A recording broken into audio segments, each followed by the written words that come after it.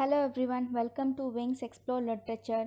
இன்றைக்கி நம்ம பார்க்க போகிற டாபிக் மிடில் இங்கிலீஷ் பீரியட் தான் பார்க்க போகிறோம். ஸோ ஆல்ரெடி நம்மளோட ப்ரீவியஸ் வீடியோவில் Anglo Saxon old English period பற்றி எலாபரேட்டாக டீட்டெயில்டாக பார்த்துருக்கோம். ஸோ அதோட கண்டினியூவேஷனான மிடில் இங்கிலீஷ் பீரியட் தான் இன்றைக்கி பார்க்க போகிறோம். ஸோ நம்ம டாபிக் போகிறதுக்கு முன்னாடி நம்மளோட விங்ஸ் சேனல் சப்ஸ்கிரைப் பண்ணுங்கள். உங்களுக்கு இந்த வீடியோஸ் எல்லாம் யூஸ்ஃபுல்லாக இருக்குது, இன்ஃபர்மேட்டிவாக இருக்குதுன்னு தெரிஞ்சுன்னா கண்டிப்பாக உங்களோட ஃப்ரெண்ட்ஸோட ஷேர் பண்ணுங்கள். And don't forget to give like to our channel. Okay, so now we'll get into the topic as middle English period. So இந்த middle English period எப்போ ஸ்டார்ட் ஆகுதுன்னா 1066 ஸ்டார்ட் ஆகி and it continue till 1500. So இந்த middle English period உங்களுக்கு கிளியராக புரியணும்னா கண்டிப்பாக old English period பற்றின idea இருக்கணும். ஸோ ஆல்ரெடி நம்ம ப்ரீவியஸ் வீடியோவில் அதை பற்றி பேசியிருக்கோம். ஒன்ஸ் நீங்கள் அதை கோ த்ரூ பண்ணிவிட்டு அண்ட் தென் இந்த வீடியோ வந்தீங்கன்னா உங்களுக்கு ஈஸியாக புரியும். ஓகே, ஸோ இந்த வீடியோவில் நம்ம என்னென்னலாம் பார்க்க போகிறோன்றதை நான் சொல்கிறேன். ஃபர்ஸ்ட் ஹாஃபில் ஆங்கிலோ நார்மன்ஸ் பற்றி நம்ம பேச போகிறோம். ஏன்னா மிடில் இங்கிலீஷ் பீரியட் ஸ்டார்ட் ஆனது பார்த்திங்கன்னா 1066 ஸ்டார்ட் ஆகிருக்கு. ஸோ அந்த டைமில் தான் ஆங்கிலோ நார்மன் பீரியடும் இங்கிலாண்டில் ஸ்டார்ட் ஆகிருக்கு. So Anglo Norman period first பார்த்துட்டு அண்ட் தென் ஆங்கிலோ நார்மனுக்கு அப்புறம் இங்கிலாண்டை யார் ரூல் பண்ணாங்க அப்படின்றத தான் பார்க்க போகிறோம். ஸோ ஆங்கிலோ நார்மனுக்கு அப்புறம் இங்கிலாண்டை ரூல் பண்ணது பிளான்டாஜெனன் பீரியட் தான் வந்திருக்கு. ஸோ அதை தான் நம்ம பார்க்க போகிறோம்.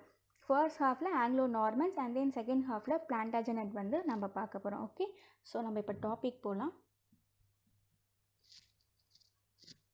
த beginning of Anglo Norman period. So இந்த ஆங்கிலோ நார்மன் பீரியட் எப்போ ஸ்டார்ட் ஆகுதுன்னா 1066 ஸ்டார்ட் ஆகுது.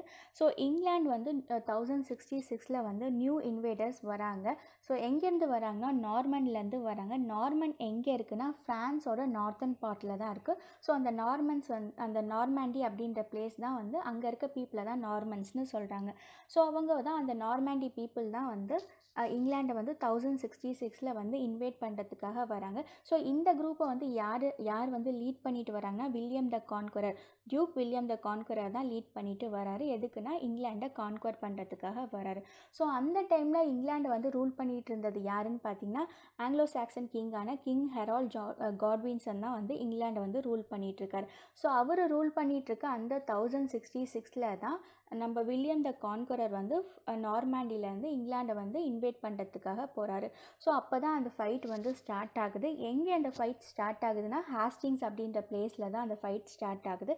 ஸோ அதனால தான் அந்த பேட்டிலோட பேர் பேட்டில் ஆஃப் ஹாஸ்டிங்ஸ்னு மென்ஷன் பண்ணுறாங்க. ஓகே, ஸோ ஆக்சுவலாக இந்த நார்மன்ஸ் யார் அப்படின்ற ஒரு கொஷின் இருக்கும். கண்டிப்பாக நார்மன்ஸ் எங்கேருந்து வராங்க, அவங்களோட ஆரிஜின் எங்கேன்னு பார்த்தீங்கன்னா ஸ்காண்டினேவியன் கண்ட்ரீஸில் என்னென்னு சொல்கிறேன், டென்மார்க், ஸ்வீடன், நார்வே இதெல்லாம் தான் நம்ம ஸ்காண்டினேவியன் கண்ட்ரீஸ்னு சொல்கிறோம். அவங்கள வைக்கிங்ஸ்னு சொல்லுவோம். ஸோ இந்த நார்மன்ஸ் ஆக்சுவலாக ஒரிஜினல் வைக்கிங்ஸ் இவங்க தான் அப்படின்னு சொல்கிறாங்க. ஸோ இவங்க ஆல்ரெடி ப்ரீவியஸ் டைம்லேயே பார்த்தீங்கன்னா ஸ்காண்டினேவியன் கண்ட்ரீஸ்லேருந்து மைக்ரேட் ஆகி ஃப்ரான்ஸ்க்கு நார்த்தன் பார்ட்டில் செட்டில் ஆகுறாங்க. ஸோ அவங்க வாழ்ந்த அந்த செட்டில்மெண்ட்டை தான் நார்மாண்டி அப்படின்னு சொல்லி அவங்க ரூல் பண்ணிட்டு இருந்தாங்க. ஸோ அதோட டியூக் இப்போ யார் இருக்காருன்னா வில்லியம் த கான்கரர் தான் டியூக்காக இருக்கார். ஸோ அவர் தான் என்ன பண்ணுறாருன்னா இங்கிலாந்து தனக்கு வேணும் அப்படின்றதுக்காக இங்கிலாண்டை கான்குவர் பண்ணுறதுக்காக 1066 போகிறாங்க. ஓகே, ஸோ ஃபைட் நடக்குது. யாருக்குன்னா ஆங்கிலோ சாக்சன் கிங்கான கிங் ஹெரால்ட் காட்வின்சனுக்கும் அண்ட் தென் நார்மாண்டியோட கிங்கான வில்லியம் த கான்குரருக்கும் ரெண்டு பேருக்கும் ஃபைட் நடக்குது. ஸோ அந்த ஃபைட்டில் ஹெரால்ட் காட்வின்சன் டிஃபீட் ஆகிடுறாரு. வில்லியம் த கான்குரர் வின் பண்ணி இங்கிலாண்டில் த்ரான்க்கு ரூல் பண்ண இங்கிலாண்டை ஸ்டார்ட் பண்ணுறாரு. ஸோ இந்த ஃபைட்க்கான மெயின் ரீசன் என்ன, எதனால் இந்த ஃபைட் வந்துச்சு அப்படின்றது ஒரு பெரிய கொஷின் மார்க்காக இருக்கும் இல்லைங்களா. ஸோ நான் அதுவும் அந்த ஃபைட்க்கான மெயின் ரீசனும் நான் சொல்கிறேன். ஸோ இந்த ஃபைட் நடந்தது பார்த்திங்கன்னா 14th அக்டோபர் 1066 நடந்திருக்கு. எங்கே அப்படின்னா ஹாஸ்டிங்ஸ் என்ற பிளேஸில் நடந்திருக்கு. ஸோ அதனால தான் நம்ம இந்த ஃபைட்டை பேட்டில் ஆஃப் ஹாஸ்டிங்ஸ்னு சொல்கிறோம். ஓகே, ஸோ நான் இந்த மேப் காமிக்கிறேன், உங்களுக்கு இன்னும் ஈஸியாக புரியும் பாருங்கள். எஸ், மிடில் பாருங்கள் இங்கிலாந்து இருக்குது. ஸோ அதுக்கு கீழே இருக்கிறது டச் ஆஃப் நார்மாண்டி. ஸோ அதில் தான் அந்த நார்மன்ஸ் இருந்திருக்காங்க. ஃப்ரான்ஸில் நார்த்தன் பார்ட்டில் தான் அந்த நார்மாண்டி இருக்குது. ஸோ இதில் தான் டியூக்காக இருக்கார். யாருன்னா வில்லியம் த கான்குரர் டியூக்காக இருக்கார். ஸோ அவர் தான் 1066 இங்கிலாண்டை இன்வைட் பண்ணிட்டு போகிறாரு. ஸோ அதில் வின்னும் பண்ணி இங்கிலாண்டை 1066 ரூல் பண்ண ஸ்டார்ட் பண்ணுறாங்க. ஸோ அப்போ தான் ஆங்கிலோ நார்மன் பீரியட் இங்கிலாண்டில் ஸ்டார்ட் ஆகுது. Okay, we will move on to the next one. Yes, நம்ம இப்போ பார்ப்போம். ஸோ இந்த பேட்டில் ஆஃப் ஹேஸ்டிங்ஸ் வரத்துக்கான மெயின் ரீசன் என்ன, எதனால் இந்த பேட்டில் ஆஃப் ஹேஸ்டிங்ஸ் வந்தது அப்படின்றது தான் நான் ஸ்டோரி சொல்ல போகிறேன். ஸோ இது தெரியும்னா கொஞ்சம் ரீவைண்ட் பண்ணி ஆங்கிலோ சாக்சன் பீரியட் போகலாம். ஸோ ஆங்கிலோ சாக்சன் பீரியட் எப்போ ஸ்டார்ட் ஆச்சுன்னா 450 ADயில் ஸ்டார்ட் ஆகி அண்ட் இட் கண்டினியூ டில் 1066 வரை கண்டினியூ ஆயிருக்கு. ஸோ இது ஆல்ரெடி தெரிஞ்ச விஷயம் தான். ஸோ இந்த ஆங்கிலோ சாக்சன் பீரியடில் யார் வந்து ரொம்ப பெரிய பவர்ஃபுல் கிங்காக இருக்காருன்னா கிங் ஆல்ஃப்ரட் தான் இருக்கார். ஸோ அவரோட டைமில் வந்து வைக்கிங்ஸ் வந்து இங்கிலாண்டை வந்து இன்வைட் பண்ணுறதுக்காக திரும்ப வராங்க. ஸோ வைக்கிங் இன்வென்ஷன் அடிக்கடி இங்கிலாண்டில் வந்துகிட்டே தான் இருக்குது. ஸோ அடிக்கடி அவங்கள வந்து டிஃபீட் பண்ணிட்டும் இருந்தாங்க. ஸோ கிங் ஆல்ஃப்ரட் இருந்த டைம்லேயும் வைக்கிங்ஸ் வந்து இங்கிலாண்டை வந்து இன்வைட் பண்ணுறதுக்காக வராங்க. ஸோ அந்த டைமில் வந்தப்போ தான் என்ன பண்ணுறாங்கன்னா வைக்கிங்ஸ் ஆர் டேன்ஸ்ன்னு நம்ம அவங்கள சொல்லுவோம். ஓகே, ஸோ அவங்க வந்தப்போ அந்த வைக்கிங்ஸை வந்து கிங் ஆல்ஃப்ரட் வந்து டிஃபீட் பண்ணிடுறாரு. ஸோ என்ன தான் வந்து வைக்கிங்ஸ் டிஃபீட் ஆனாலும் கிங் ஆல்ஃப்ரட் வந்து அவங்கள வந்து அவங்களோட இங்கிலாண்ட்லேயே வந்து அவங்களுக்குன்னு தனியாக ஒரு செட்டில்மெண்ட்ஸ் அமைச்சு அங்கே வாழ்கிறதுக்கு அலோவ் பண்ணார். ஸோ அந்த செட்டில்மெண்ட்ஸை தான் அவங்க வந்து அந்த வைக்கிங்ஸ் வந்து டேன்லா அப்படின்னு சொல்லி அந்த இடத்துல வாழ்ந்துட்டு இருந்தாங்க. வைக்கிங்ஸ்னு சொல்ல அவங்கள dance both are same. So அவங்க தான் அந்த பிளேஸை வந்து டேன்லான்னு சொல்லி அங்கே வந்து அவங்களோட செட்டில்மெண்ட்ஸில் வாழ்ந்துட்டு இருந்தாங்க. ஸோ ஒன்ஸ் வந்து கிங் ஆல்ஃப்ரட் வந்து இறந்ததுக்கு அப்புறம் திரும்ப அந்த டேன் பீப்புள் என்ன பண்ணாங்கன்னா எங்களுக்கு தான் வந்து ஃபுல்லாக வந்து இங்கிலாந்து வேணும் அப்படின்னு சொல்லிட்டு இங்கிலாந்து ஃபுல்லாக வந்து கான்கர் பண்ணி அவங்க வந்து ரூல் பண்ண ஸ்டார்ட் பண்ணிட்டாங்க. அவங்களோட ரூலிங் எவ்வளோ நாள் இருந்துச்சுன்னா 1042 வரைக்கும் வந்து டேன்ஸோட ரூல் தான் வந்து இங்கிலாண்டில் இருந்தது. ஓகே, ஸோ அந்த 1042 வந்து என்ன பண்ணாங்க அப்படின்னா அதுக்கு முன்னாடி அதாவது கிங் ஆல்ஃப்ரடோட கிராண்ட்சன் வந்து எட்வர்ட் த கன்ஃபஸர் இருக்கார் இல்லைங்களா. ஸோ அவர் வந்து என்ன பண்ணான்னா இல்லை இங்கிலாந்து வந்துட்டு எங்களுக்கு தான் வேணும், நாங்கள் தான் இங்கிலாண்டை ரூல் பண்ணுவோம் அப்படின்னு நிறையா ப்ராப்ளம்ஸ் க்ரியேட் பண்ணனால ஸோ அப்போது இருந்த அந்த டேன்ஸோட ரூலர் வந்துட்டு என்ன பண்ணான்னா வந்து எட்வர்ட் த கன்ஃபஸரை வந்து நாட்டிலேருந்து எக்ஸைல் பண்ணிடுறாங்க. ஸோ நாடு கடத்தி வெளியில் அனுப்பிச்சிடுறாங்க. ஸோ அதனால எட்வர்டுக்கு எங்கே போகிறதுன்னு தெரியல. அந்த டைமில் தான் எட்வர்டோட மதர் சைடு ரிலேட்டிவ்ஸ் கிட்ட ஹெல்ப் கேட்குறாரு. அவங்க தான் யார் அப்படின்னா நார்மன் பீப்புள்ஸ். ஓகே, ஸோ என்ன ரிலேஷன்னு பார்த்துக்கோங்க. எட்வர்ட் த கன்ஃபஸரும் அண்ட் வில்லியம் த கான்குரர் அந்த நார்மாண்டியோட டியூக்கும் வந்துட்டு ஆக்சுவலாக வந்து கசின் ரிலேட்டிவ்ஸில் வர ஒரு பர்சன்ஸ். அதாவது எட்வர்டோட மதர் சைடு ரிலேட்டிவ்ஸ் தான் William the conqueror. Okay, so அவங்கக்கிட்ட வந்து ஹெல்ப் போகிறாரு. ஸோ எட்வர்ட் வந்துட்டு நார்மாண்டிக்கு போய் ஹெல்ப் கேட்குறாரு. ஸோ கண்டிப்பாக வந்து வில்லியம் த கான்குரர் வந்து அவருக்கு வந்து ஹெல்ப் பண்ணுறாரு. ஸோ அப்படி இருக்கப்போ தான் வந்து எட்வர்ட் வந்து என்ன ஒரு ப்ராமிஸ் சொல்லிடுறாருன்னா கண்டிப்பாக வந்து இங்கிலாந்து வந்து நான் ரூல் பண்ணேன் அப்படின்னா எனக்கு அப்புறம் வர பீரியடில் வந்து கண்டிப்பாக வந்து இங்கிலாந்து வந்து நீங்கள் தான் ரூல் பண்ணுவீங்க அப்படின்னு சொல்லிட்டு வில்லியம் த கான்குரர் கிட்ட ஒரு ப்ராமிஸ் சொல்லிடுறாரு. ஸோ வில்லியம் த கான்குரர் என்ன பண்ணுறாருன்னா ஓகே எட்வர்டுக்கு அப்புறம் கண்டிப்பாக நாம் தான் வந்து ரூல் பண்ண போகிறோம், இங்கிலாந்து வந்து நாம் கான்கர் பண்ணிடலாம் அப்படின்ற ஒரு மைண்ட் செட்டில் இருக்கார். ஸோ அதுக்காக ஹெல்ப்பும் பண்ணுறாரு, எட்வர்ட் கன்ஃபஸருக்கு ஹெல்ப்பும் பண்ணுறாரு. ஸோ அந்த 1042 வந்து திரும்ப எட்வர்ட் வந்து திரும்ப இங்கிலாந்துக்கு போகிறாரு. ஸோ இங்கிலாந்து வந்து with the help of William the conqueror England வந்து கான்கரும் பண்ணிடுறாரு. ஸோ அந்த டைமில் வந்து ரொம்பவே ஹெல்ப் பண்ணுறாரு. ஸோ எட்வர்ட் வந்து 1042 வந்து இங்கிலாந்து வந்து ரூல் பண்ண ஸ்டார்ட் பண்ணுறாரு. ஸோ அவரோட ரூலிங் எவ்வளோ நாள் வந்து கண்டினியூ ஆகுதுன்னா 1066 வரை கண்டினியூ ஆகுது. ஸோ 1066 வந்து எட்வர்ட் வந்து இறக்குறாரு. ஸோ இறந்ததுக்கப்புறம் அவருக்கு எந்த வாரிசும் இல்லை, அவருக்குன்னு சொல்லிக்க குழந்தைங்க கிடையாது. அட் த சேம் டைம் அவருக்கு வாரிசுன்னு சொல்ல யாருமே கிடையாது. அதே மாதிரி பார்த்திங்கன்னா அந்த ராயல் லைனில் வந்து அடுத்த வாரிசு அடுத்த த்ரோனுக்கு வர பர்சன் அப்படின்னு சொல்கிறதுக்கு யாருமே கிடையாது. ஒரே ஒரு சின்ன பையன் மட்டும்தான் இருக்கான். ஆக்சுவலாக அது வந்து எட்வர்டோட நெவ்யூ இருக்கார்.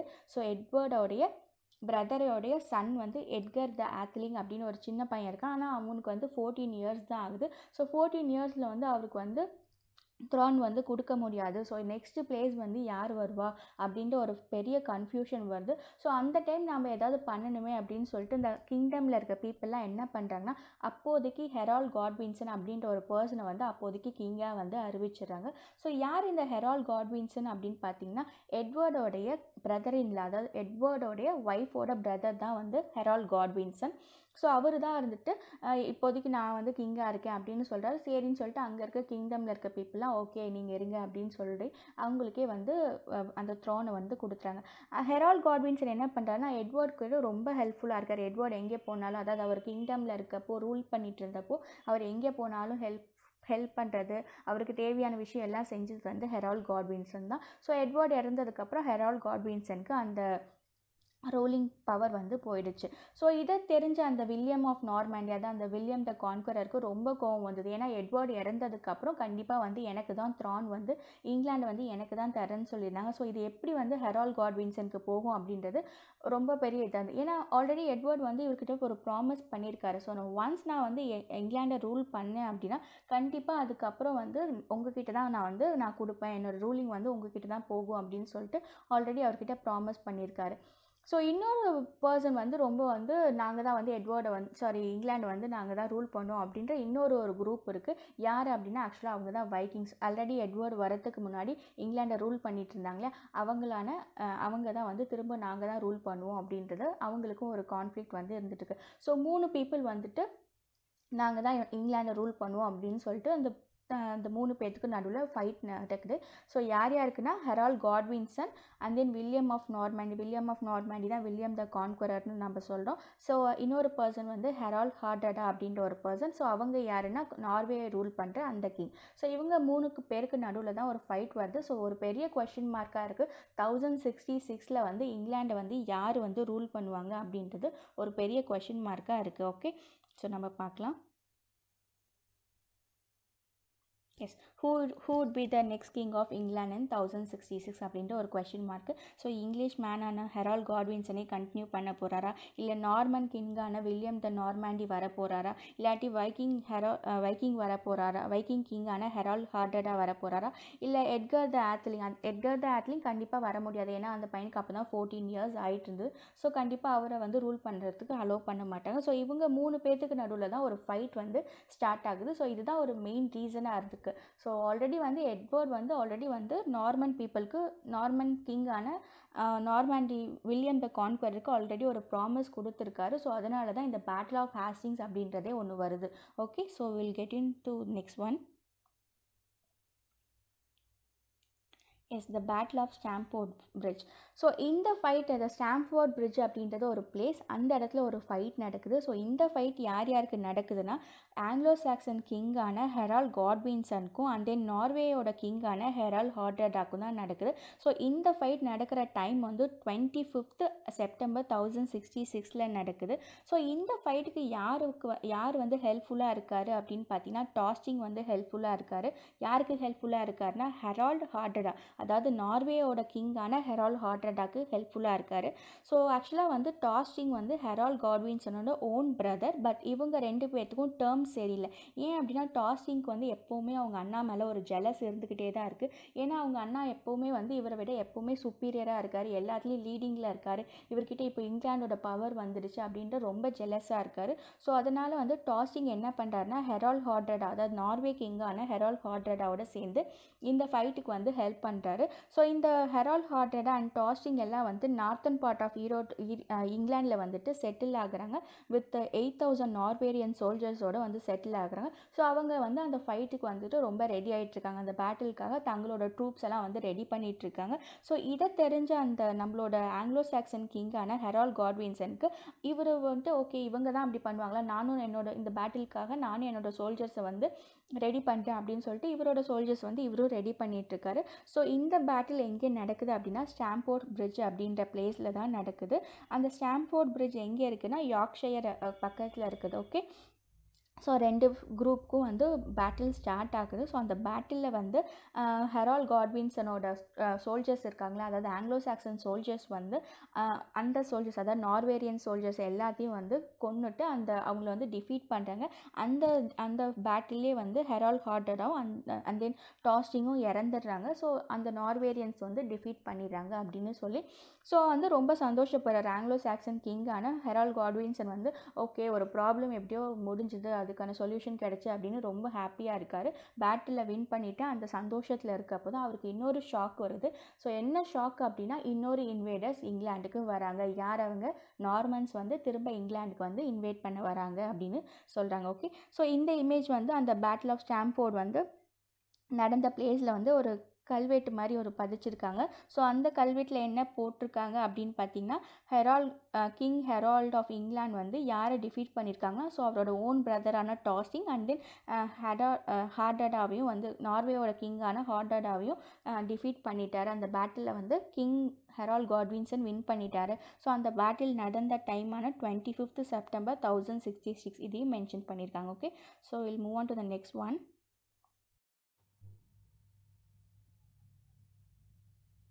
எஸ், இப்போ நார்மனோட டியூக்கான வில்லியம் த கான்கரர் வந்து இங்கிலாண்டில் வந்து செட்டில் ஆகிறாரு. இங்கிலாண்டில் வந்து அவரோட ட்ரூப்ஸோடு வராரு. ஸோ அவங்களோட ட்ரூப்ஸ் பார்த்திங்கன்னா ஒரு 7000 சோல்ஜர்ஸோட இங்கிலாந்துக்கு அவங்களாம் அழைச்சிட்டு வந்து அவங்க எங்கே லேண்ட் ஆகுனா பெவன்சே அப்படின்ற ஒரு பிளேஸில், அதாவது வந்து சுசக் அப்படின்ற ஒரு இடத்துல தான் வந்துட்டு அவங்க வந்து செட்டில் ஆகுறாங்க. ஸோ அப்போ இந்த பேட்டில் பற்றி, அதாவது இந்த குரூப் வந்து நார்மன் குரூப்ஸ் வந்து இங்கிலாண்டில் வந்து செட்டில் ஆயிருக்காங்க அப்படின்ற விஷயம் யாருக்கு தெரியுதுன்னா ஆங்கிலோ சாக்சன் கிங்கான ஹெரால்ட் காட்வின்சனுக்கு தெரியுது. ஸோ அவருக்கு ரொம்பவே இதாக இருக்குது. ஏன் அப்படின்னா வில்லியம் வந்து ரொம்ப பவர்ஃபுல்லான ஒரு பர்சன் அப்படின்றத வந்து அவருக்கு தெரிஞ்சிருக்கு ஆல்ரெடி. ஸோ அதனால் வந்து ரொம்ப பயந்துட்டு சரி ஓகே நம்மளோட சோல்ஜர்ஸையும் நம்ம வந்து கேதர் பண்ணுவோம் அப்படின்னு சொல்லிட்டு அவங்களும் கேதர் ஆகி இவரும் வந்து நிறையா சோல்ஜர்ஸை வந்து கேதர் பண்ணுறாங்க. ஸோ இந்த ரெண்டு குரூப்பும் எங்கே மீட் பண்ணுறாங்கன்னா சென்லாக் ஹில் அப்படின்ற ஒரு பிளேஸில் தான் மீட் பண்ணுறாங்க. ஸோ ஆக்சுவலாக அந்த சென்லாக் ஹில் எங்கே இருக்குதுன்னு பார்த்தீங்கன்னா ஹாஸ்டிங்ஸ் பக்கத்தில் தான் இருக்குது. ஸோ இந்த ஃபைட் வந்து நடக்கிற டேட் வந்து 14th October 1066 தான் வந்து நடக்குது. ஸோ இப்போது இந்த ரெண்டு பேர்த்துக்கும் ஃபைட் ஸ்டார்ட் ஆகுது. யாருக்கு? ஆங்கிலோ சாக்சன் கிங்கான ஹெரால்ட் காட்வின்சன் அண்ட் தென் அவங்களோட சோல்ஜர்ஸ்க்கும். அண்ட் தென் ஆப்போசிட் பார்ட்டி யார் அப்படின்னா நார்மாண்டியோட டியூக்கான William the conqueror and then அவங்களோட சோல்ஜர்ஸ்க்கும் ஃபைட் ஸ்டார்ட் ஆகுது. ஸோ அந்த ஃபைட்டில் வந்து என்ன பண்ணுறாங்க அப்படின்னா ஹெரால்ட் காட்வின்சனை வந்து ஹெரால்ட் காட்வின்சனை வந்துட்டு இவர் வந்துட்டு டிஃபீட் பண்ணிடுறாரு. யார்? வில்லியம் த கான்கரர் வந்து டிஃபீட் பண்ணுறாரு. ஸோ ஹெரால்ட் காட்வின்சனை எப்படி இறக்குறாருன்னா அவரோட ஒரு அம்பு வந்து அவரோட கண்ணில் வந்து யாரோ வந்து ஒரு அம்பு விட்டுருக்காங்க. ஸோ அந்த அம்பு வந்து அவரோட கண்ணில் பட்டு அவர் அப்படி தான் இறக்குறாரு அப்படின்னு சொல்கிறாங்க. ஸோ இதை தெரிஞ்ச அவங்களோட சோல்ஜர்ஸ்லாம் இருக்கா இல்லைங்களா, ஹெரால்ட் காட்வின்சனோட சோல்ஜர்ஸ் வந்து ஸோ நம்மளோட கிங்கே இறந்துட்டாரு, நம்ம இனிமேல் எப்படி வந்து விக்ட்ரி பண்ண முடியும் அப்படின்னு சொல்லிட்டு ரொம்ப ஒரு கன்ஃபியூஷனில் இருக்காங்க. ஸோ இதை வந்து அவங்க அந்த ட்ரூப் வந்து அதாவது நார்மாண்டி ட்ரூப்ஸ் வந்துட்டு அவங்களோட பக்கம் சாதகமாக எடுத்துகிட்டு ஸோ எல்லாத்தையுமே வந்துட்டு அழிச்சிட்டு இவங்களோட கிங்டம் வந்து இங்கிலாண்டில் கொண்டுட்டு வராங்க. ஸோ இந்த பேட்டிலில் வந்து ஹெரால்ட் காட்வின்சன் டிஃபீட் பண்ணப்படுறாரு. At the same time he was murdered. So மர்டரும் பண்ணிட்டாங்க அவரை. ஸோ இப்போ தான் வந்து வில்லியம் த கான்கரர் என்ன பண்ணுறாருன்னா ஸோ இங்கிலாந்து வந்து கான்கர் பண்ணிவிட்டு அவரோட ரூலிங் வந்து இங்கிலாண்டில் வந்து கொண்டுட்டு வராரு. ஸோ இவரோட அந்த காரனேஷன் செரிமனி எங்கே நடக்குது அப்படின்னு பார்த்தீங்கன்னா வெஸ்ட்மினிஸ்டர் ஆபேயில் தான் நடக்குது. அண்ட் தென் அது நடந்த டேட் வந்து ஒரு கிறிஸ்மஸ் டே அன்னைக்கு நடக்குது. 1066 ஒரு கிறிஸ்மஸ் டேயில் தான் நடக்குது. ஓகே, ஆக்சுவலாக இந்த காரனேஷன் செரிமனி நடந்ததும் வெஸ்ட்மினிஸ்டர் ஆபேயில் தான் நடக்குது. ஸோ இந்த வெஸ்ட்மினிஸ்டர் ஆபே வந்து என்ன அப்படின்னு பார்த்தீங்கன்னா அந்த டைமில் கிங்ஸ்க்கு எல்லாம் வந்து அந்த காரனேஷன் செரிமனி எங்கே நடக்கும்னு பார்த்தீங்கன்னா அந்த வெஸ்ட்மினிஸ்டர் ஆபேயில் தான் வந்து அந்த செரிமனி வந்து கண்டக்ட் பண்ணுவாங்க. எல்லா கிங்ஸுமே பதவி பிரமாணம் பண்ணுறது அந்த வெஸ்ட்மினிஸ்டர் ஆபே தான். ஸோ இந்த வெஸ்ட்மினிஸ்டர் ஆபே பில் பண்ணது எட்வர்ட் த கன்ஃபசர் தான் வந்து இந்த வெஸ்ட்மினிஸ்டர் ஆபே வந்து பில் பண்ணுறாரு. ஓகே, ஸோ வில்லியம் த கான்கரருக்கும் அங்கே தான் வந்து அந்த காரனேஷன் செரிமனி நடக்குது. Okay, so will move on to the next one. Yes, Anglo Norman ruling in England. So இந்த ஃப்ளாக் வந்து ஆங்கிலோ நார்மன்ஸோட ஃப்ளாக், ஃப்ரான்ஸோட ஃப்ளாக் கிடையாது, ஆங்கிலோ நார்மன்ஸோட ஃப்ளாக். ஸோ ஆங்கிலோ நார்மன்ஸ் வந்து சக்ஸஸ்ஃபுல்லாக இங்கிலாந்து வந்து ரூல் பண்ண ஸ்டார்ட் பண்ணுறாங்க 1066. ஸோ இவங்க வந்ததுக்கப்புறம் இங்கிலாண்டில் ரொம்ப பெரிய சேஞ்சஸ் எல்லாம் வருது. நிறைய சேஞ்சஸ் கொண்டுட்டு வராங்க. கல்ச்சராக இருக்கட்டும், எஜுகேஷனாக இருக்கட்டும், ஒரு லைஃப் ஸ்டைலாக இருக்கட்டும், ஈவன் லாங்குவேஜாக இருக்கட்டும், எல்லாத்துலேயுமே பயங்கர சேஞ்சஸ் வருது. ஆங்கிலோ சாக்சன் என்னெல்லாம் யூஸ் பண்ணாங்க அவங்களோட கஸ்டம்ஸ் எல்லாத்தையுமே அப்படியே வந்து ரீப்ளேஸ் பண்ணுறாங்க. யார்? ஆங்கிலோ நார்மன்ஸ் வந்து ரீப்ளேஸ் பண்ணுறாங்க. அது வர லாட்டின் லாங்குவேஜ், ஓல்டு இங்கிலீஷ் தான் வந்து இங்கிலாண்டில் இருந்தது. ஸோ ஃப்ரெஞ்ச் வந்ததுக்கப்புறம் அந்த லாங்குவேஜை கூட எல்லாமே ரீப்ளேஸ் பண்ணி எல்லா இடத்துலையும் ஃப்ரெஞ்ச் லாங்குவேஜ் தான் இருக்கணும் அப்படின்னு சொல்லிட்டு எல்லாத்தையுமே ரீப்ளேஸ் பண்ணுறாங்க. அண்ட் தென் ஆங்கிலோ நார்மன்ஸோட செட்டில்மெண்ட்ஸ், அவங்களோட லேண்ட்ஸ் எல்லாம் இருந்ததுங்களா, அதை கூட என்ன பண்ணுறாங்கன்னா ஃப்ரான்ஸ்லேருந்து, அதாவது வந்து அந்த நார்மாண்டிலேருந்து நிறைய பேர் வந்து இங்கிலாண்டில் செட்டில் ஆகுறாங்க. அவங்களோட ஆங்கிலோ சாக்சன்ஸோட லேண்டெல்லாம் இப்போ யாரோட கைக்கு போகுதுன்னா ஆங்கிலோ நார்மன்ஸோட கைக்கு போகுது. ஸோ பீப்புள் வந்து ரொம்பவே வந்து இப்போது இந்த ஆங்கிலோ நார்மன்ஸ் வந்து கேட்டோம் இது வந்து ரொம்ப சக்ஸஸ்ஃபுல்லான இயரா அப்படின்னு கேட்டால் நார்மன்ஸ் சொல்லுவாங்க கண்டிப்பாக எங்களுக்கு இது வந்து சக்ஸஸ்ஃபுல்லான இயராக தான் இருந்தது, ரொம்ப வந்து ஒரு ஃப்ளரிஷிங்கான இயராக தான் எங்களுக்கு இருந்தது அப்படின்னு சொல்லுவாங்க. அதே நீங்கள் ஆங்கிலோ சாக்சன் கிட்ட போய் கேட்டு பார்த்தீங்க அப்படின்னா அவங்களோட பாயிண்ட் ஆஃப் வியூலேருந்து பார்த்தா ஆக்சுவலாக அவங்களுக்கு வந்து இது வந்து ஒரு கர்ஸ் மாதிரி தான் இருந்தது. ஏன்னா அவங்களோட லேண்டாக இருக்கட்டும், அவங்களோட ஒரிஜினாலிட்டியாக இருக்கட்டும், எல்லாத்தையுமே என்ன பண்ணிட்டாங்க ஆங்கிலோ நார்மன்ஸ் வந்து எல்லாத்தையும் ரீப்ளேஸ் பண்ணிட்டாங்க. எல்லாத்தையுமே வந்து ஆங்கிலோ நார்மன்ஸ் இவங்க கிட்டேருந்து எடுத்துக்கிட்டாங்க. ஸோ இவங்களுக்கு வந்து பார்த்திங்கன்னா ஒரு பெரிய டெஸ்ட்ரக்ஷனாக தான் இருந்ததே தவிர ஒரு சக்ஸஸ்ஃபுல்லாக இருந்தது அப்படின்றது எதுவுமே கிடையாது. ஸோ ஆங்கிலோ நார்மன்ஸ் பார்த்திங்க அப்படின்னா எங்களுக்கு வந்து இது வந்து ரொம்ப பெரிய சக்ஸஸ் அப்படின்ற மாதிரி தான் சொல்லிகிட்டு இருப்பாங்க. ஸோ ஆங்கிலோ சாக்சன்ஸ் வந்து எல்லாத்தையுமே அவங்களோட லேண்டு அண்ட் தென் அவங்களோட கல்ச்சர், அவங்களோட ஸ்டைல் எல்லாத்தையுமே யாரை ரீப்ளேஸ் பண்ணாங்கன்னா ஆங்கிலோ நார்மன்ஸ் வந்து ரீப்ளேஸ் பண்ணாங்க. ஸோ ஆல்ரெடி சொல்லியிருந்தோம் இல்லைங்களா, பவர் யார்கிட்ட இருக்கோ ஸோ அவங்களோட கல்ச்சர், அவங்களோட லாங்குவேஜ், அவங்க என்ன கஸ்டம்ஸ்லாம் ஃபாலோ பண்ணுறாங்களோ அதை தான் வந்து அவங்களுக்கு கீழே இருக்கவங்க ஃபாலோ பண்ணும் அப்படின்ற ஒரு ரூல் இருந்ததுன்னு சொல்கிறீங்களா. ஸோ அதே மாதிரி தான் ஃப்ரெஞ்ச் லாங்குவேஜ் வந்து இம்போஸ் பண்ணாங்க இங்கிலாந்து பீப்புள் கிட்ட. எப்போது அந்த ஃப்ரெஞ்ச் பீப்புள் ரூல் பண்ண டைமில். ஸோ எல்லாமே ஆல்ரெடி அவங்க யூஸ் பண்ண லாட்டின் லாங்குவேஜாக இருக்கட்டும், ஓல்டு இங்கிலீஷாக இருக்கட்டும், எல்லாமே வந்து கீழே போயிடுச்சு. ஸோ இப்போ வந்து ஃப்ரெஞ்ச் தான் வந்து பேசுகிறது தான் ஒரு ப்ரைடு, ஒரு சொஃபஸ்டிகேட்டட் பீப்புள் பேசுகிற, ஒரு அரிஸ்டோக்ராட்டிக் பீப்புள் பேசுகிற லாங்குவேஜாக ஃப்ரெஞ்ச் மாறுச்சு. ஸோ ஃப்ரெஞ்ச் வந்து அங்கே இருக்க ரூலிங் வந்து அஃபிஷியல் லாங்குவேஜாகவே பார்க்கப்பட்டாங்க. அண்ட் தென் கவர்மெண்ட் யூஸ் பண்ணுற லாங்குவேஜும் ஃப்ரெஞ்சாக தான் இருந்தது. ஸோ லாட்டின் லாங்குவேஜஸ் வந்து சர்ச்சஸில் அந்த கிளர்ஜிமேன்ஸ்லாம் வந்து யூஸ் பண்ணிகிட்டு இருந்தாங்க. அண்ட் தென் அந்த ஓல்டு இங்கிலீஷ் வந்து அங்கே இருந்த லோவர் கிளாஸ் காமன் பீப்புள்ஸ் வந்து அந்த காமன் இங்கிலீஷ் லாங்குவேஜ் வந்து யூஸ் பண்ணிகிட்டு இருந்தாங்க. Okay, so will get in to the next one.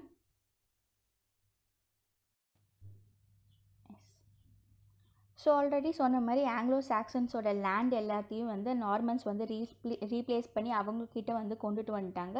So majority of லேண்ட்ஸ்லாம் இப்போ யார்கிட்ட தான் இருக்குதுன்னு பார்த்தீங்கன்னா ஆங்கிலோ நார்மன்ஸ் கிட்ட தான் போகுது.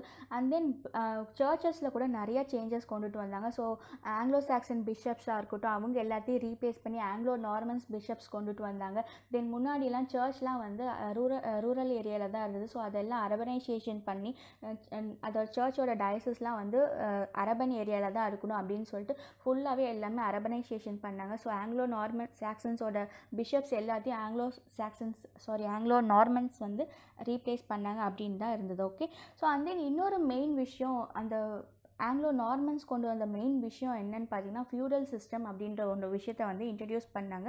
ஸோ ஆங்கிலோ சாக்சன்ஸ் இருந்த டைம் வரைக்கும் ஃபியூடல் சிஸ்டம் அப்படின்றது இங்கிலாண்டில் ஒன்று இல்லவே இல்லை. ஸோ ஆங்கிலோ நார்மன்ஸ் தான் வந்துட்டு இதை வந்து கொண்டுட்டு வராங்க. ஸோ இந்த ஃபியூடல் சிஸ்டம் என்னன்னு பார்த்தீங்கன்னா வந்து கிங் தான் எல்லாத்துக்குமே சுப்பீரியர். கிங் கிட்ட தான் வந்து இங்கிலாண்டில் இருக்க எல்லா லேண்டுமே வந்து கிங்கோட கண்ட்ரோலில் தான் இருக்கும். ஸோ அவங்களுக்கு கீழே ஒரு 3 கேட்டகரிஸ் வருவாங்க. யாருன்னு பார்த்தீங்கன்னா பேரன்ஸ், நைட்ஸ் அண்ட் பெசன்ஸ் அப்படின்னு சொல்லுவாங்க. ஸோ பெசன்ஸ் தான் ஃபார்மர்ஸ் இல்லாட்டி ஒர்க்கிங் லேபர்ஸ்னு நம்ம சொல்லுவோம். ஸோ அண்ட் தென் அவங்களுக்கு மேலே வந்து நைட்ஸ் இருப்பாங்க, பேரன்ஸ், அதுக்கு மேலே தான் கிங் தான் வந்து சுப்பீரியராக இருக்கார். ஸோ இங்கிலாண்டில் இருக்க எல்லா லேண்டுமே யாரோட கண்ட்ரோலில் இருக்குன்னு பார்த்தீங்கன்னா கிங்கோட கண்ட்ரோலில் தான் இருக்கும்.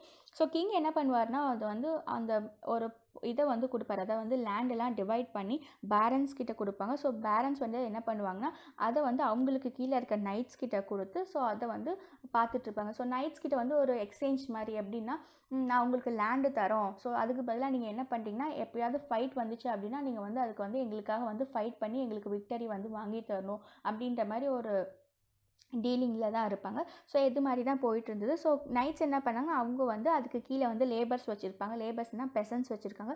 ஸோ பெசன்ஸ் வந்துட்டு அவங்களோட அந்த லேண்டில் வந்து ஒர்க் பண்ணுற மாதிரி. ஸோ அவங்க பெசன்ஸ் வந்து எப்பயாவது ஒர்க் பண்ணுறதுக்கு அப்போஸ் பண்ணாங்க அப்படின்னா என்ன பண்ணுவாங்க, அவங்கள வலுக்கட்டாயமாக அந்த லேண்ட்லேருந்து தள்ளுறது இல்லாட்டி வந்து அவங்கள அட்டாக் பண்ணுறது இந்த மாதிரிலாம் இருந்தது. ஸோ அந்த பெசன்ஸ் யாராக இருந்தாங்கன்னா ஆங்கிலோ சாக்சன் பீப்புளாக தான் இருந்தாங்க. ஸோ ஒன்ஸ் அவங்களோட லேண்ட்லேயே வந்து இவங்க வந்து இப்போ வேலை செய்கிற சுச்சுவேஷனாக மாறி இருக்குது. எப்போது ஆங்கிலோ நார்மன் பீரியட். ஸோ இது எல்லாமே ஆங்கிலோ சாக்சன்ஸோட லேண்ட் தான். பட் ஒன்ஸ் நார்மன்ஸ் வந்து இங்கிலாந்து உள்ள வந்ததுக்கப்புறம் இந்த லேண்டெல்லாம் யாரோட கைக்கு போகுதுன்னா கிங்கோட கைக்கு போய் அவங்களோட லேண்ட்லேயே அவங்க வந்து வேலை செய்கிற ஒரு சுச்சுவேஷன் வந்து நார்மன்ஸ் ரூல் பண்ண டைமில் இருந்தது. ஓகே, ஸோ அதாவது ஃபியூடலிசம் அப்படின்னா எல்லா லேண்டும் கிங்கோட கையில் தான் இருக்கும். ஸோ கிங் தான் வந்து எல்லாத்துக்கும் லேண்டை டிவைட் பண்ணி கொடுத்து அங்கே வந்து அவங்கள வந்து ஒர்க் பண்ண வைப்பாங்க. ஸோ நைட்ஸ் கிட்ட வந்து ஒரு டீலிங் பேசியிருப்பாங்க. என்ன அப்படின்னா லேண்டெலாம் நாங்கள் வந்து உங்களுக்கு பிரித்து தரோம், ஸோ நீங்கள் பார்த்துக்கோங்க. அதுக்கு பதிலாக நீங்கள் வந்து நாங்கள் எப்போல்லாம் வந்து எங்களுக்கு மிலிட்ரி பவர் தேவைப்படுதோ ஸோ அந்த டைமில் நீங்கள் வந்து எங்களுக்கு ஹெல்ப் பண்ணோம் அப்படின்ற ஒரு டீலிங் வந்து இருந்தது. ஓகே, ஸோ லேட்டர் டைம் இது ஃபியூடலிசம் வந்து கண்டினியூ ஆகிட்டே இருந்ததா? Later time 16th century 17th centuryலாம் கண்டினியூ ஆச்சுன்னா கண்டிப்பாக இல்லை. 16th centuryயோட அந்த ஃபியூடலிசம் அப்படின்றது கொஞ்சம் கொஞ்சமாக அப்படியே டிஸப்பியர் ஆகிடுச்சுன்னு சொல்கிறாங்க. ஓகே, ஸோ நெக்ஸ்ட் பார்ப்போம்.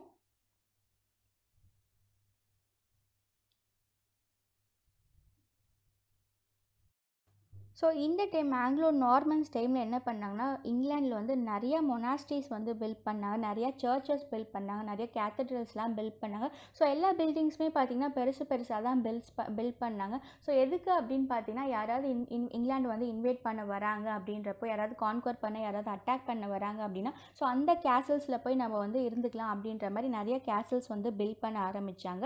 ஸோ அண்ட் தென் பார்த்திங்க அப்படின்னா, அப்போது இருந்த கேசல்ஸ்லாம் எப்படி இருந்துச்சுன்னா, மோட் அண்ட் பெய்லே டிசைன்ஸில் தான் அவங்களோட ஆர்கிடெக்சர் பார்த்திங்கன்னா மோட் அண்ட் பெய்லே கேசல்ஸ் தான் நிறையா பில்ட் பண்ணாங்க. ஸோ ஆர்கிடெக்சரில் கூட நிறைய டிஃப்ரென்ஸ் வந்து இருந்தது. ஸோ இப்போவுமே பார்த்திங்கன்னா பாண்டிச்சேரி சைடு, இந்தியாவில் பாண்டிச்சேரி சைடு போனீங்க அப்படின்னா நிறையா வந்து ஃப்ரெஞ்சோட ஃபோர்ட்ஸு கேசல்ஸ்லாம் நீங்கள் இன்னுமே கொஞ்சம் பார்க்கலாம். ஸோ ஏன்னா ஃப்ரெஞ்ச் பீப்புள் தான் வந்து பாண்டிச்சேரியை வந்து ஆல்ரெடி ரூல் பண்ணிட்டு இருந்தாங்களே. ஸோ அவங்களோட ஆர்கிடெக்சர் ஸ்டைல் எப்படி இருந்துச்சுன்னா நீங்கள் பாண்டிச்சேரி சைடு போனீங்கன்னா கண்டிப்பாக பார்க்கலாம். ஸோ அதே மாதிரி அவங்களோட ஃப்ரெஞ்சோட அந்த ஆர்கிடெக்சரே வந்து ரொம்பவே வந்து டிஃப்ரெண்ட்டாக இருந்தது.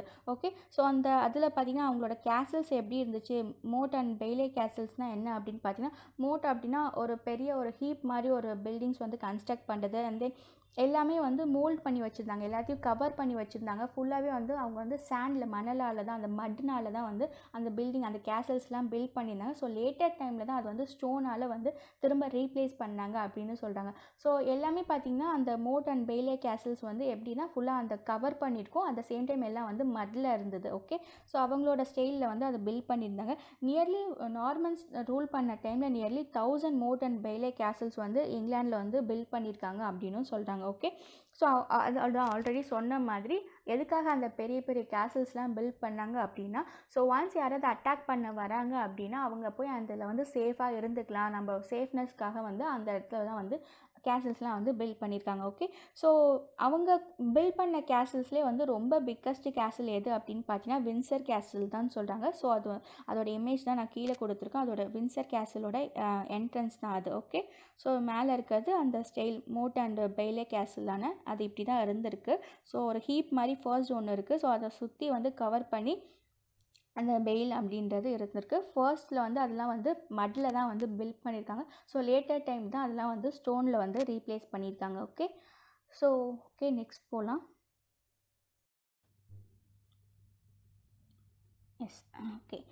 வில்லியம் த கான்கரர் வந்து இன்னொன்று மெயினாக ஒன்று கொண்டுட்டு வர்றது என்னென்னா டூம்ஸ்டே புக் அப்படின்ட்டு ஒன்று கொண்டுட்டு வராரு. ஸோ அது எதை பற்றினா பார்த்தீங்கன்னா வந்து இங்கிலாண்டில் வந்து எவ்வளோ லேண்ட் இருக்குது, அந்த லேண்டோட ஓனர்ஷிப் யார், அண்ட் தென் அதோட ரூலிங், அதாவது வந்து அந்த லேண்டை வந்து எப்படி ரூல் பண்ணுறாங்க, அண்ட் தென் கிங்டமோட ரூலிங் எப்படி இருக்குது அப்படின்ட்டு ஃபுல் டீட்டெயில்ஸை கம்பைல் பண்ணி ஒரு புக்காக கொண்டுட்டு வராங்க. அதுதான் நம்ம வந்து டூம்ஸ்டே புக் அப்படின்னு சொல்கிறோம். ஸோ அந்த புக்கை நம்ம ரெஃபர் பண்ணாலே வந்து அந்த நார்மன்ஸ் வந்து இருந்த டைமில் வந்து லேண்ட் ஓனர்ஷிப் எப்படி இருந்தது, அண்ட் தென் இங்கிலாண்டில் வந்து பவர் சிஸ்டம்லாம் எப்படி இருந்தது அப்படின்றத ஃபுல் டீட்டெயில்ஸ் வந்து கம்பைல் பண்ணி அந்த டூம்ஸ்டே புக்கில் தான் கொடுத்துருக்காங்க. ஸோ அந்த புக் வந்த டைம் வந்து 1086 தான் வந்திருக்கு. ஸோ இன்னொரு இம்பார்ட்டன்ட் விஷயம் என்னென்னு பார்த்தீங்கன்னா இன்டர்நேஷ்னல் ட்ரேட் அப்படின்றது நார்மன் டைமில் ரொம்பவே எக்ஸ்பேண்ட் ஆச்சு. ஸோ யூரோப்பில் மட்டும் இல்லை, ஆல் ஓவர் த வேர்ல்டு ஃபுல்லாகவே அவங்களோட ட்ரேடை வந்து எக்ஸ்பேண்ட் பண்ணாங்க. ஸோ ட்ரேட் அப்படின்றது அப்பயுமே வந்து ஒரு பீக்கில் தான் இருந்தது. ஸோ நார்மன்ஸ் வந்ததுக்கப்புறம் தான் ட்ரேட் அப்படின்ற ஒரு விஷயமே வந்து இன்டர்நேஷ்னல் லெவலில் வந்து எக்ஸ்பேண்ட் பண்ணாங்க நார்மன்ஸ். ஓகே, ஸோ இது மாதிரி நல்லா போயிட்டு இருந்த டைமில் தான் வில்லியம் த கான்கரர் வந்து இறக்குறாரு. ஸோ அவர் இறந்த டைம் வந்து 1087 வந்து அவர் இறந்துடுறாரு. ஸோ அதுக்கப்புறம் அவரோட சன் வந்து த்ரானுக்கு வராங்க. ஸோ அவருக்கு ஆக்சுவலாக வந்து 4 சில்ட்ரன் இருக்காங்க. அந்த 4 சில்ட்ரனில் ஃபர்ஸ்ட்டு எல்டஸ்ட் சன் 2 பேர் மட்டும் என்ன பண்ணுறாங்க, த்ரானுக்கு வராங்க. அவரோட எல்டஸ்ட் சன் வந்து ராபர்ட். ஸோ ராபர்ட் வந்து அவர் வந்து நார்மண்டிக்கு வந்துட்டு ரூல் பண்ணுறதுக்காக கொடுத்துட்றாங்க. And then William the Rufus வராரு. வில்லியம் ரூஃபஸ் வந்து அவரோட செகண்ட் சன். ஸோ அவர் தான் வந்து இப்போ வந்து இங்கிலாந்து வந்து ரூல் பண்ணுறதுக்காக வராரு. Okay, so William the conqueror இறந்ததுக்கப்புறம் 1087 இறந்ததுக்கப்புறம் இங்கிலாந்துக்கு வந்து ரூல் பண்ண வர கிங் யாருன்னா வில்லியம் த ரூஃபஸ் தான் வராரு. ஓகே, ஸோ நெக்ஸ்ட் பார்ப்போம். Yes, okay. Okay, William the conqueror வந்து வில்லியம் த ரூஃபஸ் வந்து எப்போ த்ரானுக்கு வராருன்னு பார்த்தீங்கன்னா 1087 வந்து வராரு. And then he continued his ruling till 1100 வரைக்கும் ரூலிங் வந்து கண்டினியூ பண்ணுறாரு.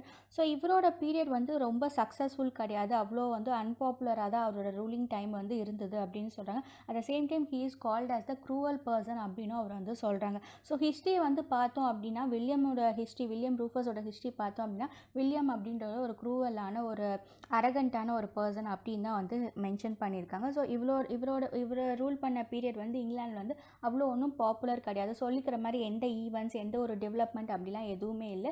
ஆஸ் யூஷுவல் நார்மலாக போகிற மாதிரி தான் இருந்தது. ஸோ சக்ஸஸ்ஃபுல்லாக இருந்தது வில்லியம் த கான்குரர் தான் சக்ஸஸ்ஃபுல்லாக இருந்திருக்காருன்னு கூட நம்ம சொல்லிக்கலாம். Okay, so William the Rufus வந்து எப்படி இறந்தாருன்னு பார்த்தீங்கன்னா, ஒன்ஸ் அவர் ஹண்டிங்க்கு போனப்போ அந்த ஃபாரஸ்ட்டில் வந்து தெரியாத ஒரு அன்னோன் பர்சன் வந்து அவர் வந்து அம்பு விட்டு கொன்னுட்டாங்க அப்படின்னு சொல்கிறாங்க. ஸோ அந்த பர்சன் யாரும் அப்படின்றதும் தெரியல. ஸோ இவரோட டெத் வந்து ஒரு ட்ராஜிக் எண்டாக தான் இருந்திருக்கே தவிர, எப்படி அவரோட சக்ஸஸ்ஃபுல்லாக இல்லை, அவரோட ரூலிங் வந்து எப்படி சக்ஸஸ்ஃபுல்லாக இல்லையோ அதே மாதிரி தான் அவரோட டெத்தும் வந்து ரொம்ப மோசமான ஒரு நிலைமையில தான் முடிஞ்சுது அப்படின்னு சொல்கிறாங்க. Okay, so after the death of ரூஃபஸ்க்கு அப்புறம் யார் வராங்கன்னா அவரோட யங்கர் பிரதரான ஹென்ரி த ஃபர்ஸ்ட் தான் வராரு.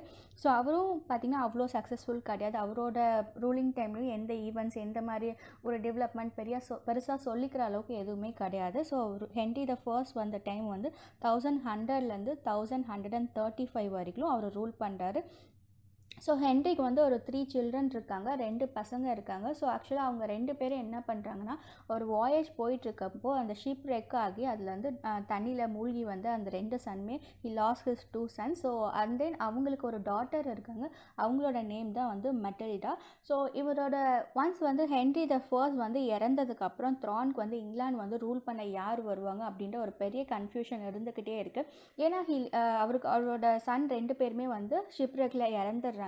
ஸோ ஒரு கொஸ்டின் மார்க் திரும்ப வருது, யார் வந்து இவருக்கு அப்புறம் வந்து இங்கிலாண்டை ரூல் பண்ணுவாங்க, அவரோட பிளட் லைன்லேயே வந்துட்டு யாருமே இல்லை அப்படின்ட்டு சொல்லிட்டு இருக்காங்க. ஸோ அப்போ தான் என்ன சொல்கிறாங்கன்னா, மெட்டில்டா இருந்துட்டு குயினாக வரலாம் அப்படின்னு சொல்லிட்டு. ஸோ இது வரைக்கும் வந்து இங்கிலாந்து வந்து குயின் அப்படின்றது யாரும் இது வரைக்கும் ரூல் பண்ணது கிடையாது. ஸோ மெட்டில்டாவை தான் வந்து எல்லாம் சஜஸ்ட் பண்ணுறாங்க. ஸோ மெட்டில்டா வரட்டும் அப்படின்னு சொல்லிட்டு. அட் த சேம் டைம் எவ்வளோ சஜஷன்ஸ் இருந்ததோ அதே அளவுக்கு வந்து அப்போசிஷன்ஸும் வந்து அந்த டைமில் இருந்தது. ஸோ மெட்டில்டா வந்தாங்க அப்படின்னா இங்கிலாந்து வந்து யாராவது வந்து அட்டாக் பண்ண வராங்க அப்படின்னா அவங்களால வந்து டிஃபென்ஸ் பண்ண முடியாது அப்படின்ற மாதிரி நிறையா விஷயம் சொல்லிட்டு இருந்தாங்க. ஸோ அந்த டைமில் தான் நிறையா சிவில் வாரும் கூட நடந்தது. நிறையா 2 கம்யூனிட்டிஸ் நடுவில் வரணும்னு ஒரு பக்கம், வரக்கூடாது அப்படின்ற ஒரு பக்கம் வந்துட்டு பீப்புளுக்கு நடுவில் அப்போ வந்து ஃபைட்டும் நடந்தது. ஸோ ஹென்ரி த ஃபர்ஸ்ட் இறந்ததுக்கப்புறம் அப்போ ராயல் லைனில் யாருமே இல்லை. ஸோ யார் தான் வருவாங்க அப்படின்னு யோசிச்சுட்டு இருக்கப்போ தான் என்ன ஆகுது அப்படின்னா, ஸோ ஸ்டீஃபன் அப்படின்ற ஒருத்தர் தான் கிங்காக நெக்ஸ்ட்டு இங்கிலாண்டை ரூல் பண்ணுறதுக்கு ஸ்டீஃபன் வராரு. ஸோ இந்த ஸ்டீஃபன் யாருன்னு பார்த்தீங்கன்னா, ஹென்ரி த ஃபர்ஸ்டோட சிஸ்டருக்கு வந்து ஒரு சன் இருக்கார், அவர் தான் வந்து ஸ்டீஃபன். ஸோ ஹென்ரி ஃபர்ஸ்டோட சிஸ்டர் வந்து ஆட்லா அப்படின்ட்டு ஒருத்தவங்க இருக்காங்க, அவங்களோட சன் தான் வந்து ஸ்டீஃபனாக இருக்கார். ஓகே, ஸோ வில்லியம் ஃபர்ஸ்டோட கிராண்ட்சன் இந்த ஸ்டீஃபன். ஓகே, ஸோ இதோட அந்த ஸ்டீஃபனோட வந்து Anglo Norman dynasty, Anglo Norman ruling வந்து இங்கிலாண்டில் முடியுது. ஸோ நெக்ஸ்ட் வர்றது தான் வந்து கம்ப்ளீட்டாக வேறு ஒரு டைனாஸ்டி வந்து இங்கிலாண்டை வந்து ரூல் பண்ண வராங்க.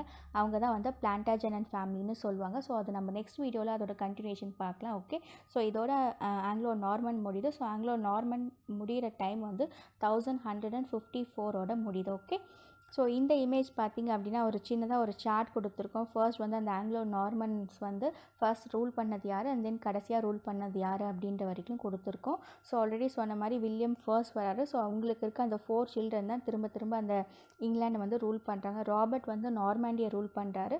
So William the second Rufus வந்து வராரு. அண்ட் தென் ஹென்ரி ஃபர்ஸ்ட்க்கு தான் வந்து 3 பேர் பசங்க இருக்காங்க. ஸோ அவங்கள ஆல்ரெடி 2 பசங்க வந்து ஷிப் ரேக்கில் வந்து இறந்துடுறாங்க.